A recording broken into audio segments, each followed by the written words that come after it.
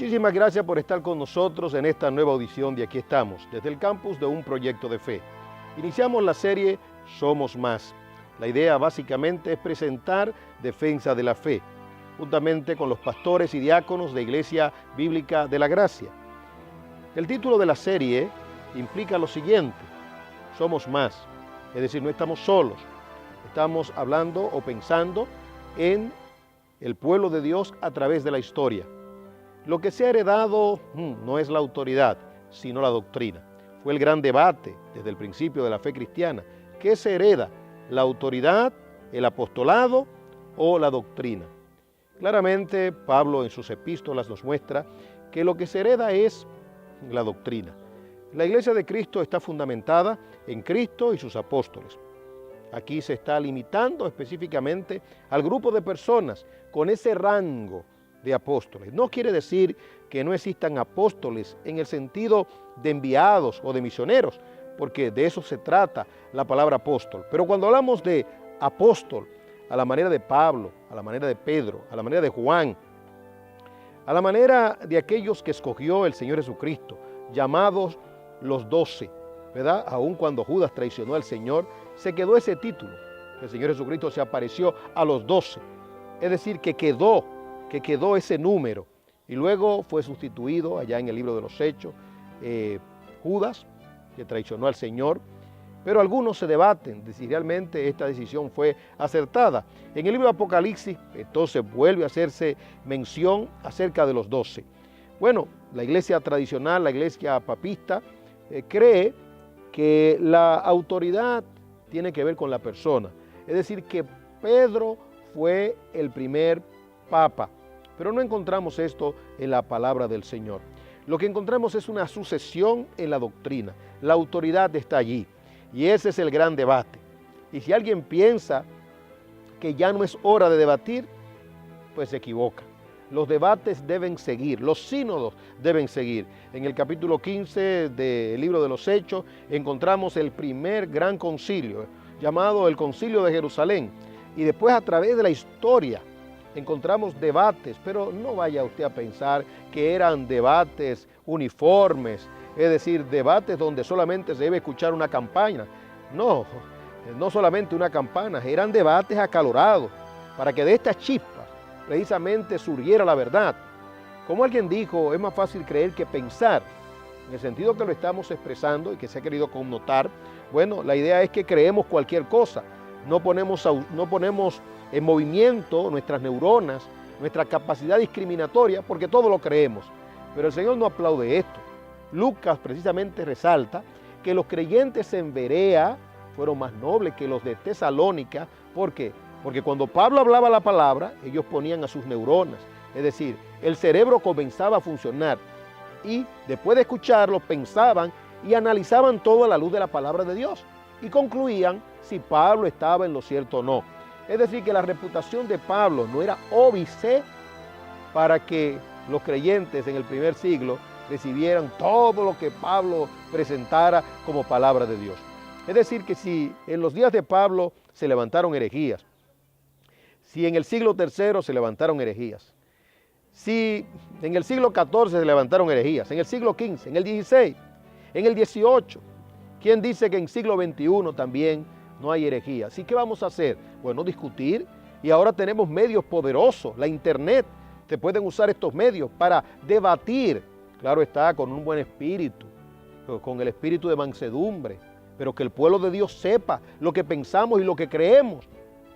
Qué triste es precisamente cuando se rehúye al debate por no querer encontrar la verdad. La epístola de Pablo a los Gálatas es una epístola pertinente. Y precisamente esta serie comenzará con esta maravillosa epístola. Será el punto de partida. En ella veremos que aparentemente Pablo estaba solo. Ni Bernabé, óigame usted, ni Bernabé estaba con Pablo. El compañero íntimo, el hijo de consolación, el que fue a buscar a Pablo, ni Bernabé estaba con Pablo. Es decir, que Bernabé se fue del lado de Pedro y del lado de Santiago. Se dejó llevar precisamente de la hipocresía y de la simulación.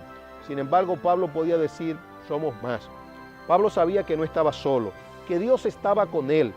Y Pablo bien pudo decir, Dios y nosotros somos la mayoría.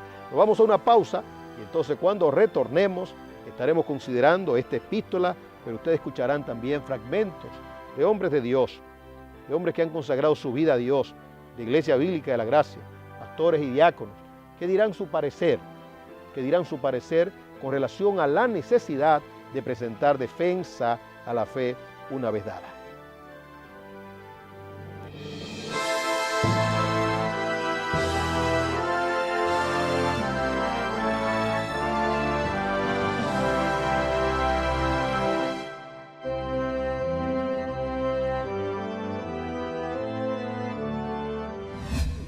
Que la verdad del Evangelio puede ausentarse de nosotros si no mantenemos la armonía con todas las verdades esenciales de la fe y la praxis, es decir, la práctica, la casuística. Algunos dicen, es un asunto de casuística. Sí, pero es que toda casuística conlleva doctrina. Si la casuística revela un desvío en una doctrina cardinal, es la misma cosa. Es cuando se pierde la capacidad de asombro. La humanidad en su sentido universal está hechizada. Hemos hablado en más de una ocasión del aborto, de la eutanasia. Para poder llegar ahí, no piense usted que vino la praxis primero, es decir, la práctica del aborto o la práctica de la eutanasia. No, no, no. Primero tiene que existir un autor como Carl Sagan, que viene permeando sus enseñanzas. Las doctrinas esenciales de la fe también son así. Usted ve movimientos donde alguien dice que el Espíritu Santo está de una manera especial, ¿verdad? Y que luego muere esa señora, por ejemplo, y luego dice, el espíritu de esa señora, o el Espíritu de Dios que estaba en esa señora, pasó al otro hijo de él. ¿Y la gente qué pasó? O alguien dice, bueno, Elías tiene que venir, y alguien dice con autoridad, yo soy ese Elías. Oh, ¿y qué pasó? ¿Y cómo un grupo de profesionales puede aceptar, creer y tolerar semejantes herejías? Bueno, porque lo van acondicionando, lo van preparando, lo van hipnotizando y la gente ni cuenta se da. Tratar de políticamente ganar los afectos, no se trata de eso. Se trata básicamente de que el pueblo de Dios, con su mente despierta, pueda discriminar y absorber la verdad de Dios. Y el que está en el error pueda cambiar, porque Pedro cambió, Santiago cambió. Si no, no estuvieran en el Nuevo Testamento, si no, no existiera una epístola de Santiago. Es decir, que ese Santiago que usted ve ahí en la Biblia se desvió en un momento, pero volvió sobre sus pasos. Y el concilio en Jerusalén sirvió para vindicar a Pablo cuando le dieron la oportunidad.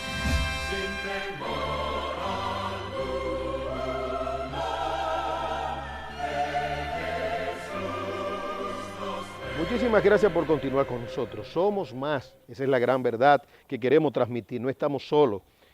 A través de la Biblia podemos descubrir la verdad verdadera y a través de los escritos de los hombres de Dios, y muy especialmente los escritos de los hombres de la Reforma, Martín Lutero, Juan Calvino, luego entonces el surgimiento de los puritanos y los hombres de Dios del pasado reciente, ¿verdad? Estos hombres que escribieron, que dejaron ese legado. Y eso queremos nosotros también, dejar el legado doctrinal, que cuando partamos de esta tierra y personas comiencen a leer nuestros escritos o también oír los programas, y aquí estamos, o buscar en las redes sociales cómo nos expresamos, puedan fríamente llegar a sus propias conclusiones. En otras palabras, entendemos el momento histórico en el cual estamos viviendo y debemos desempeñar nuestro rol, nuestro papel, como David, quien sirvió a Dios en su generación. Nosotros también entendemos que estamos sirviendo a Dios en nuestra generación y debemos de ir a la ley, al testimonio y presentar la verdad verdadera. Bueno, la carta de Pablo a los Gálatas es una carta fundamental, 45, 50 después de Cristo se escribió esta carta en unas regiones interesantes. Pablo en su labor misionero fundó estas iglesias. Y el Evangelio llegó con tanto poder que estos creyentes se enamoraron no solamente del Evangelio, sino que se enamoraron de Pablo. Como ocurre usualmente, que uno se muestra tan agradecido por la verdad que recibe, que se enamora de la prédica y del predicador, de la verdad que nos transmiten y de aquel que transmitió esa verdad. Eso lamentablemente, y digo lamentablemente, ¿verdad? Porque puede caerse hasta en la infatuación. Eso es inevitable. Dice Pablo en esta carta que ellos estuvieron dispuestos hasta ofrendar sus ojos, es decir, sacarse sus ojos por amor a Pablo, de donde se infiere que Pablo tenía un problema visual. Era una molestia, era una fatiga de la carne, pero cuánto amor, cuánta bondad en estos creyentes. Sin embargo, no mucho tiempo después, cambiaron de parecer. La doctrina que tan claramente Pablo les enseñó tomó otro sentido y otro color. Claro está, lo que se introdujeron para cambiar la manera de pensar y llevar una doctrina extraña que debe entenderse que el cambio de mente no vino tanto por la doctrina, vino por la praxis, es decir, por la práctica. Y ese es un punto interesante que se debe de observar. Una cosa es lo que se dice y otra cosa es lo que se hace. Es decir, que el cambio en estos creyentes en Galacia no vino probablemente por la doctrina, repetimos, sino por la práctica. Y la calidad de aquellos que desviaron el mensaje, es decir, la calidad humana, la calidad de autoridad. Estamos hablando de Pedro. Estamos hablando de Bernabé, estamos hablando de Santiago, que se entendía que era el presidente del concilio, y de los emisarios de Jacobo o de Santiago. En otras palabras, la plana mayor de la fe cristiana. Esas personas que debían ser ejemplos se dejaron llevar de un asunto de casuística. En otras palabras, el prejuicio que había con los gentiles. Se retrotraían cuando veían a un gentil. Y dice Pablo que Bernabé fue arrastrado por la simulación. Y como usted verá, entonces, Pablo confrontó a Pedro. Es decir, que si fuera el primer papa, entonces encontramos aquí una distorsión de ese concepto. Porque nadie se atrevería a hablarle a un papa como le habló Pablo. Es decir, lo reprendió, le dijo simulador, le dijo hipócrita. Y le dijo que se arrepintiera, que se volviera de su mal camino. Vemos más adelante que Pedro volvió sobre sus pasos y Bernabé también. Pero es interesante observar que él debió, si lo analizáramos hoy en día, es decir, con tanta permisividad que hoy en día hay, diríamos, ¿y por eso? ¿Y por una cosa tan insignificante? ¿O por qué Pablo no llamó a Pedro a solas, aparte? ¿Por qué no lo reprendió aparte? ¿Por qué tuvo que hacerlo público? Pero más todavía. ¿Por qué Dios? Porque ahora vamos a ver, ¿verdad? Porque Dios juega en esto y tiene parte. ¿Por qué Dios hace que esto se escriba y que se imprima? Y que quede como un documento para toda la historia de la fe cristiana, hasta el punto de que hoy en día nosotros sabemos de ese desacierto de Jacobo, de ese desacierto de Pedro, es decir, que lo leemos. Y se ha escrito, se ha enviado por correo electrónico. Es decir, todo el mundo sabe de lo que ocurrió en esta comunidad allá en Galacia. Es decir, que Dios tampoco quiere ocultar lo que ocurre en su iglesia. A Dios lo que le interesa es la doctrina, la pureza doctrinal. Pero el punto aquí es que no fue tan grande. El problema no fue tan grande.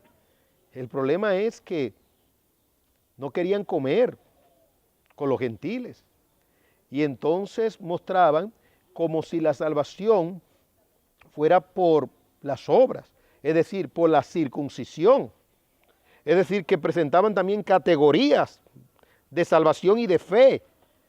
Pero Pablo dice, Dios no hace acepción de personas. Delante de Dios todos somos iguales. Esto es impresionante. Pablo sabía que no podía participar, digámoslo así, de esa simulación. El capítulo 2, versículo 6 es clave. Dice, y de aquellos que tenían reputación de ser algo, lo que era, nada me importa. Dios no hace acepción de personas. Pues bien, lo que tenía reputación, nada me enseñaron. Ahora observe el versículo 5. El versículo 6 habla de que Pablo pues no tuvo temor de hablarle a aquellos que tenían cierta reputación.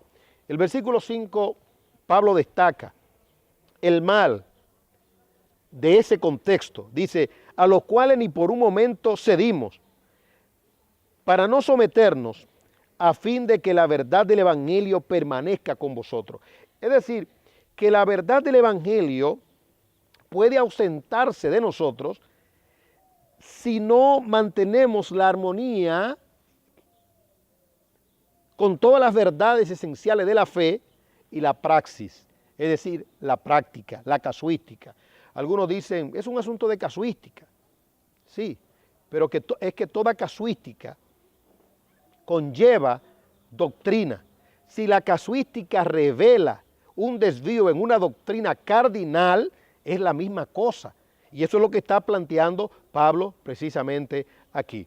Otra cosa que se ha de destacar es que debemos cuidarnos, porque el enemigo se disfraza como ángel de luz.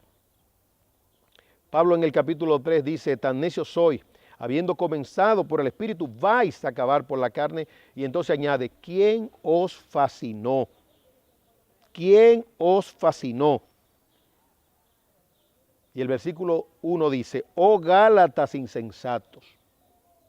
Y lo que ya se ha dicho, ¿quién os ha fascinado a vosotros, ante cuyos ojos Jesucristo fue presentado públicamente como crucificado? Los expertos en griego, cuando interpretan la palabra fascinar, la traducen en su sentido literal también como hechizar. ¿Quién os fascinó? ¿Quién os hechizó? Una palabra todavía más fuerte. ¿Quién os embrujó? Mire usted, el mal no viene de afuera usualmente. El desvío de la iglesia es desde adentro. Cuando Pablo estaba en Mileto, allí en la playa, estaba todo bonito y hermoso. Iban a despedir a Pablo. Y entonces Pablo, el apóstol, dijo, de entre vosotros se levantarán. Oh, dañó el momento el apóstol Pablo. Un momento tan romántico, tan bonito. Dice Pablo, de entre vosotros se levantarán. Es decir, que el mal se levanta en la misma comunidad cristiana, y el que esté firme, mire que no caiga. Ni un solo segundo, ni un solo microsegundo debemos de dejar de pensar y de que nuestros sentidos espirituales estén despiertos y nuestra capacidad discriminatoria. Eso es importantísimo. Es decir, que en este caso observamos con claridad meridiana la necesidad de no ser embrujados, porque se nos puede hechizar y no darnos cuenta. Es cuando se pierde la capacidad de asombro.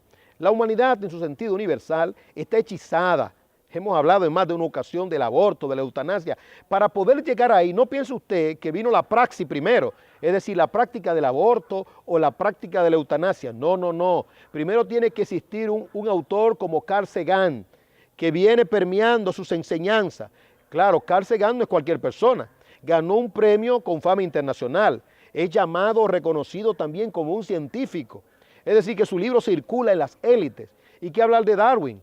Es decir, todas esas enseñanzas de Darwin siguen permeando las universidades y en sectores de poder, en sectores políticos. Y esas enseñanzas permean a las personas y luego entonces vienen leyes que son contra la vida y la gente lo ve como algo natural. Es decir, se pierde la capacidad de asombro. Las doctrinas esenciales de la fe también son así. Usted ve movimientos donde alguien dice que el Espíritu Santo está de una manera especial, ¿verdad? Y que luego muere esa señora, por ejemplo, y luego dice, el espíritu de esa señora, o el Espíritu de Dios que estaba en esa señora, pasó al otro hijo de él. ¿Y la gente qué pasó? O alguien dice, bueno, Elías tiene que venir. Y alguien dice con autoridad, yo soy ese Elías. Oh, ¿y qué pasó? ¿Y cómo un grupo de profesionales puede aceptar, creer y tolerar semejantes herejías? Bueno, porque lo van acondicionando, lo van preparando, lo van hipnotizando y la gente ni cuenta se da. Pueblo de Dios debe despertar, ¿verdad? El hecho de estar dentro de la iglesia y de estar con pastores que podríamos llamar sanos no es garantía para que no haya un desvío. Es la confrontación permanente del pueblo de Dios con los púlpitos y los púlpitos en mansedumbre, preparados precisamente para con mansedumbre presentar defensa de la fe. Pero la influencia foráneas, extranjeras, de poder y de autoridad, como en el caso de Santiago, los emisarios que venían de parte de Santiago, como el caso de la autoridad de Pedro, que era una autoridad, imagínense ustedes, el hombre que andaba de cerca con el Señor, como Juan. ¿Quién podía cuestionar a Pedro? Pero Pedro lo negó. ¿Quién podía poner un signo de interrogación en Bernabé, el hombre bueno? Nadie. Sin embargo, no se trata de cercanía con el Señor, ni de autoridad. Se trata de la verdad. Y cuando se trata de la verdad, entonces hay que tener los sentidos espirituales despiertos.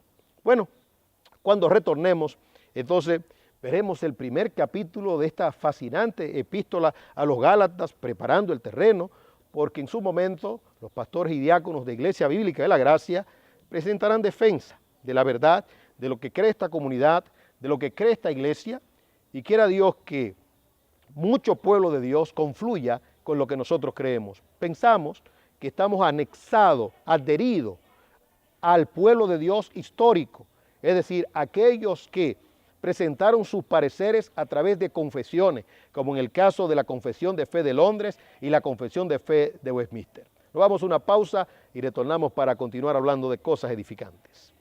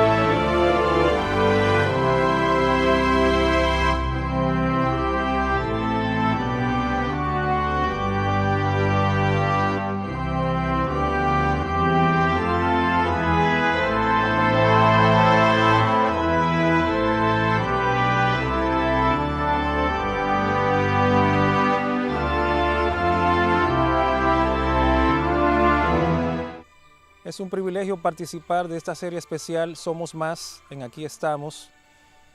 Tenemos delante de nosotros el reto de mostrar defensa por el Evangelio.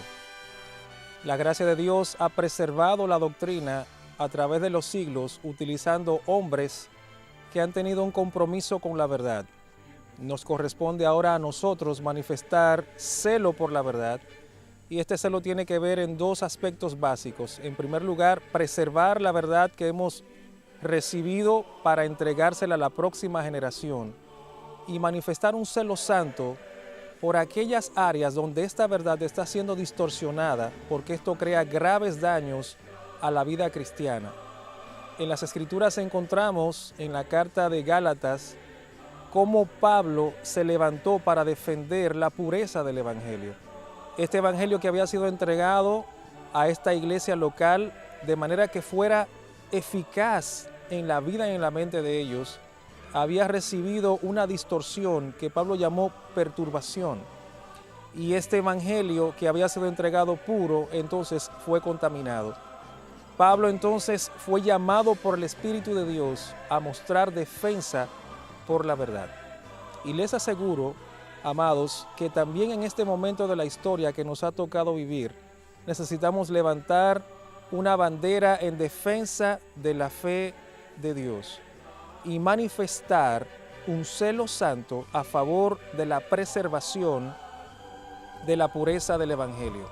El engranaje doctrinal es perfecto y cualquiera de estos engranes que se quita va a crear una distorsión en la práctica de la vida cristiana. Y esto va a traer como consecuencia graves efectos sobre la cristiandad y graves sesgos sobre la pureza del Evangelio. El problema aquí es que si no levantamos nuestra voz, entonces no estamos cumpliendo con nuestro llamado a ser celosos por la verdad. Necesitamos retornar a nuestro llamado original. Defender el Evangelio es nuestra causa. Y no estamos solos en esto. Cada época de la historia ha tenido situaciones en las que un grupo de hombres se ha levantado para mostrar defensa de la fe.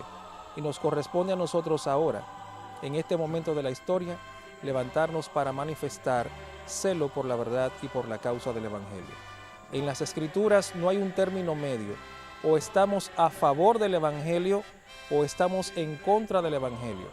lo más trascendental de todo esto es que tendremos que rendir cuentas delante de Dios.